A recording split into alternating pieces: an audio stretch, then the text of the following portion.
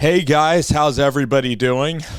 What a busy day on the circuit today. On the coaching circuit, we just wrapped up with college football today. So the playoff picture taking its shape, but obviously this is a video about Texas A&M, and I wanted to give my entire perspective on A&M's hire.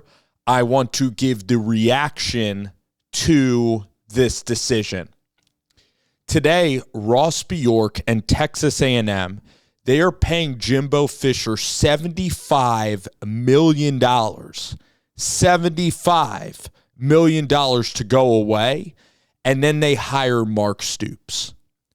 Now, I have not seen any reaction of anybody to this hire or this decision. I have not seen anybody else's reaction, so I am giving my gut reaction to the hire of Mark Stoops. My first reaction to the hire is I just don't really like it. And I don't think that Mark Stoops is intimidating at all to other SEC fan bases. I believe that other SEC fan bases are actually applauding the move to hire Mark Stoops. I don't think that there's anything really dynamic about Mark Stoops as a head coach. He did have Liam Cohen as an offensive coordinator. He had one terrific year where he had Benny Snell, Cash Daniel, decent quarterback, but really Benny Snell. So he had a 10-3 season. He had an 8-4 season. He has beaten Tennessee. He also was able to beat Florida, and it was 30 years since Kentucky was able to do that. Kentucky is a very tough job. Kentucky is a tough job. He made it better. However, you're talking about Texas A&M University. You're talking about unlimited resources. You're talking about a top 10 job in the sport of college football. And you hire the coach of Kentucky that is 57 years old, that is not even the best coach in his own family, and a guy that has not gotten his team to Atlanta and won an SEC's championship ever. You had the opportunity to hire pretty much anybody you wanted, maybe 90% of the college football landscape. And now I hear this argument that you're not going to wait for the opportunity to hire Mike Norvell because, quote, you want to get the hire done before December 4th. This is a hire that should last a decade long. This should be your Dan Lanning hire. This should be your Brian Kelly to LSU, your Lincoln Riley at Oklahoma. This should be a guy that can get you to the college football playoff and can win a national championship. This should be prized as Jim Harbaugh going back to Ann Arbor. This needed to be a big swing. You are driving a Ferrari. You are driving a sports car. And, man, it's almost like, I'll try to give even a better analogy here. Okay.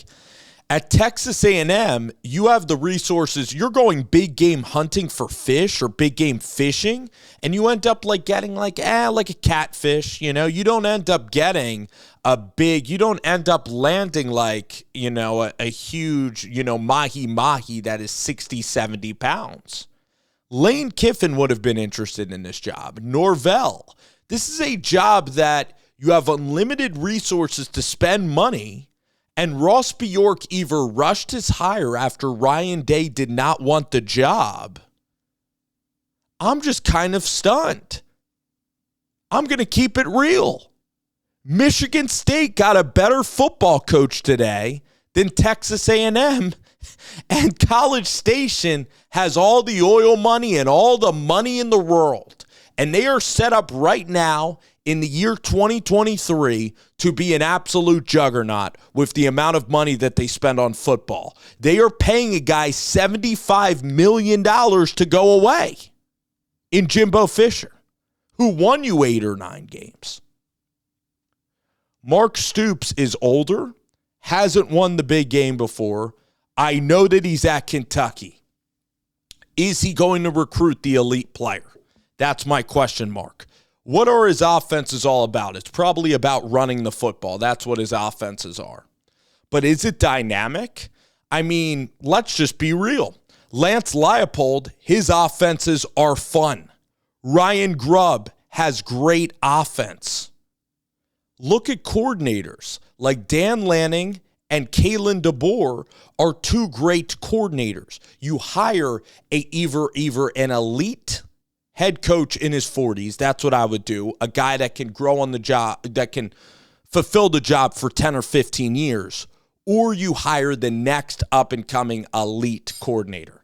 Look at Glenn Schumann, for example, at Georgia. He would be a fun, intimidating hire. Ryan Grubb, could you imagine the weapons in the amount of recruits in Texas playing with Ryan Grubb at, a Ryan Grubb team at A&M, the offensive coordinator from Washington, for example, putting forth that explosive offense with tons of motion. You need a great play caller. Even Tosh Lapoy. Tosh has been everywhere. Tosh was at Bama. He's under Dan Lanning. Lapoy would even get guys and could play defense at a decent level. So I'm giving you guys a lot, like a lot of names that I think would have been better. I even think that Jamie Chadwell has like real elite upside. I think that Mike Elko is a better hire than Mark Stoops. I just think Mark Stoops is I think he's okay. I think he's a decent, he's like a B- coach, a B coach. He did a really nice job in Lexington. I don't think anybody can dispute that. But is he going to be the home run hire of A&M? Is his personality, is he a great recruiter that's going to bring in the top 5 classes? Is he going to play dynamic offense and defense? Meaning, is he going to send blitzes from everywhere? Is he going to have an elite staff? Because at A&M, you want to be elite. All right, if this was Rutgers, this would be a great hire of getting Mark Stoops. If this was even the University of Minnesota or something, Mark Stoops is a solid coach. Is he elite? Okay, what's his upside? What's his ceiling like? Look at Jeff Traylor. Jeff Traylor can have an elite ceiling at A&M in terms of recruiting and knowing the area of Texas. Heck, even Joey McGuire. I like Joey McGuire in the state of Texas more than Mark Stoops. I think Joey McGuire, there are just probably 25 to 35 names that I would have put over Mark Stoops. So, a ton of pressure on Ross Bjork. If you're paying $75 million for a coach to go away, you're expecting the big-time results. So, Mark Stoops, I'm going to now read you his record, and then I'm very curious to hear y'all's opinion about what you guys think about this Mark Stoops hire.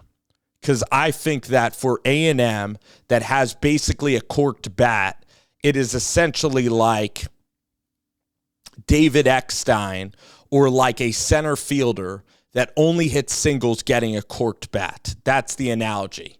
It is literally like maybe you're Ian Kinsler, you're center fielder that can't really mash, like a singles hitter. And that's what I think of Mark Stoops as. And Mark Stoops is a great guy. Mark Stoops is a good person.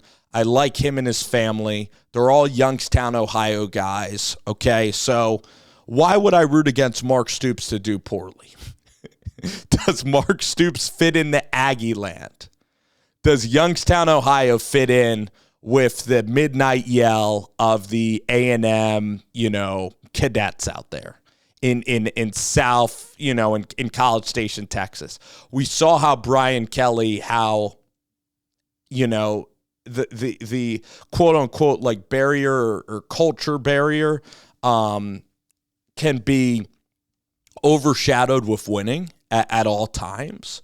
But I think that it's also like, kind of important because I think that if you know the region a little bit and you know how games are played, Like in Texas, it's air it out. It's let's score like 60. If you know how the games are played, you could really develop like really strong relationships with the high school coaches there, but you could kind of like understand kind of how to win in Texas. And it's going to be warm. You're going to have to, throw the football and have a really good quarterback likely to win in that state. And now you're going against Sark. You're going against Brian Kelly. Hugh Freeze already is getting the thing rolling. Oklahoma has a lot of resources and just won 10 games. Man, oh man, I just think that the hire is underwhelming to me. I'm going to give it a C- hire. If Mark Stoops at A&M, I'll give him 6 years. If he wins an SEC championship in 6 years, I'll be incredibly impressed. If he wins 11 games, if he wins 11 games in the first 4 years, during a regular season like 11-1, I'll be wrong and impressed. So usually on the coaches, like I would say Dan Lanning, I was very right on. Trying to think of the other coaches like Mike Norvell to Florida State. I did like that hire. The ones I got wrong, like I didn't think Fish would be that good at Arizona. Again, maybe I just didn't think he had the experience. Thought he maybe lacked dynamic offense or, how great can he recruit? And he's done a terrific job there. And then Josh Heupel. I thought that Heupel took a Scott Frost team and did worse than Scott Frost. And I didn't think that his offense at Tennessee, I didn't think that they'd play such great football on both sides of the ball. Now, Scott Satterfield, the coach of Cincinnati, have kind of been right on. He kind of followed in, or he built up Appalachian State. But Eli Drinkowitz got some time, and Eli's done a really nice job, and he came from Appalachian State. So Mark Stoops at least plays in the SEC, and at least has been a decent coach in the SEC for quite some time. I just think at A&M, you want to get a dynamic recruiter. You want to get a real, big personality that could take hold of that job. And I think there's a lot of coordinators out there that could take over that job. I want to go young. I want to go pretty dynamic personality. I want to go an exciting, maybe play caller. And I don't think that there's anything Mark Stoops does really schematic, he's decently schematically, but it isn't the flashiest thing in the world. And maybe A&M fans want somebody that isn't that flashy. I haven't seen anybody's opinion on this hire. I think that the fans will be pretty anti the hire. Again, you've been hearing from guys in the business like, of course, Klatt or Josh Pate, how this job is the crown jewel of college football, how, people from everywhere like James Franklin, Ryan Day, Lincoln Riley, even NFL coaches would be interested in this job, and I truly think that that's the case. But I believe that A&M wanted to rush this hire for some unforeseen reason. This hire is the most important move you're going to make in 10 years. You have all the money, you have everything right, but you had Jimbo Fisher's kind of old archaic offense, and that's why it didn't work. And he recruited talent, but the talent didn't gel. He didn't know how to put it all together at Texas A&M. It's why they didn't win SEC championships. So you fire a coach who maybe wins 7 or 8 games. You could even be better off with a Bobby Petrino and Jimbo Fisher team going forward than a Mark Stoops. Do you really think Mark Stoops is going to take a quarterback? At Kentucky, he could have had great quarterbacks. Do you really think he's a great quarterback evaluator? In the state of Texas, you have Zach Kittley, you have G.J. Kinney and Mac Leftwich at Texas State. You have guys from smaller schools that are great quarterback evaluators or great quarterback developers. So maybe Mark Stoops hires an incredible offensive coordinator, and then he's going to have to do it again. The A&M job, with the money they're going to be paying for great football there, it's a tough job in the sense that you got to perform. And maybe Mark Stoops is to the point, though, in his life where he wants to take the risk And it's a great move for Mark Stoops, especially he was very honest this year when he said, against Georgia, he doesn't have the players that he does at the University of Kentucky. So, again, this is a hire. Again, I hold this position in very high regard. Like, Jimbo's kind of winning 7 or 8 games, and, I'm going to tell you what I think of a hire. Like, the Oregon State hire I thought was perfect. This hire I think could be a C- to D+. I think it could even last 4 or 5 years, and then you could be looking for a new coach. I even think Chadwell would. So I'll tell you, I guess, the guys that I would have pursued. The first choice that I would have really pursued, I think Ryan Grubb. I think that the offense at Washington is super fun and very dynamic to watch. I would have been very interested in Ryan Grubb as a head coach. I would have waited with Mike Norvell and had him in my top 5. I would have had Lincoln Riley very high in this list. I would have actually had him third because I believe Lincoln's best years are ahead of him. I would have had him third on this list. I would have interviewed Schumann and asked around and seen if Schumann is ready for this job and for this challenge. I would have actually explored the option of a Kellen Moore or a Kirby Moore. Okay, Kirby Moore calls great plays. Kellen Moore, the exact same thing. Would have looked at a Mike Elko and a Jonathan Smith, a Lance Leipold. So again, I mentioned 7 people. I would have even looked at Jamie Chadwell, who's won absolutely everywhere, who's younger and who has crazy spread option type of offensive football. All right? You got to look at a good coordinator who's young that can recruit the heck out of the state and can win. Jeff Traylor might have been perfect. He might have been able to recruit at an elite level. I think he has really good coordinators. Traylor knows Texas. Joey McGuire, too. Joey knows Texas. He would have a war chest. You could have just went right in state and probably got McGuire. In fact, Traylor and McGuire, I know that I mentioned Grubb. The more that I think about it, I would probably go even McGuire, Jeff Traylor. I would look at a Kellen Moore. I would ask about Lincoln, Sean McVay. I would be incredibly patient. Mike Norvell would probably be in the top 5. And I just think, again, there's 20 names out there that are better than Stoops. I don't think that Stoops is going to get you to 10 or 11. I don't think that he's ever going to get to 11-1 within the first 5 years of this hire. I believe that there's a good chance that they're going to be moving on from him. And I believe that SEC fans, if you're a fan of Auburn, Alabama, if you're a fan of the Longhorns, or even the Sooners, I believe that you're looking at the siren going, great, dodged one. They could have hired somebody damn good. They could have hired Lanning or Kalen DeBoer or Mike Norvell, and then we're going, uh-oh. These guys, it's almost a helpless feeling. When you go up against an elite young coach or an elite coach, it's a helpless feeling for sure.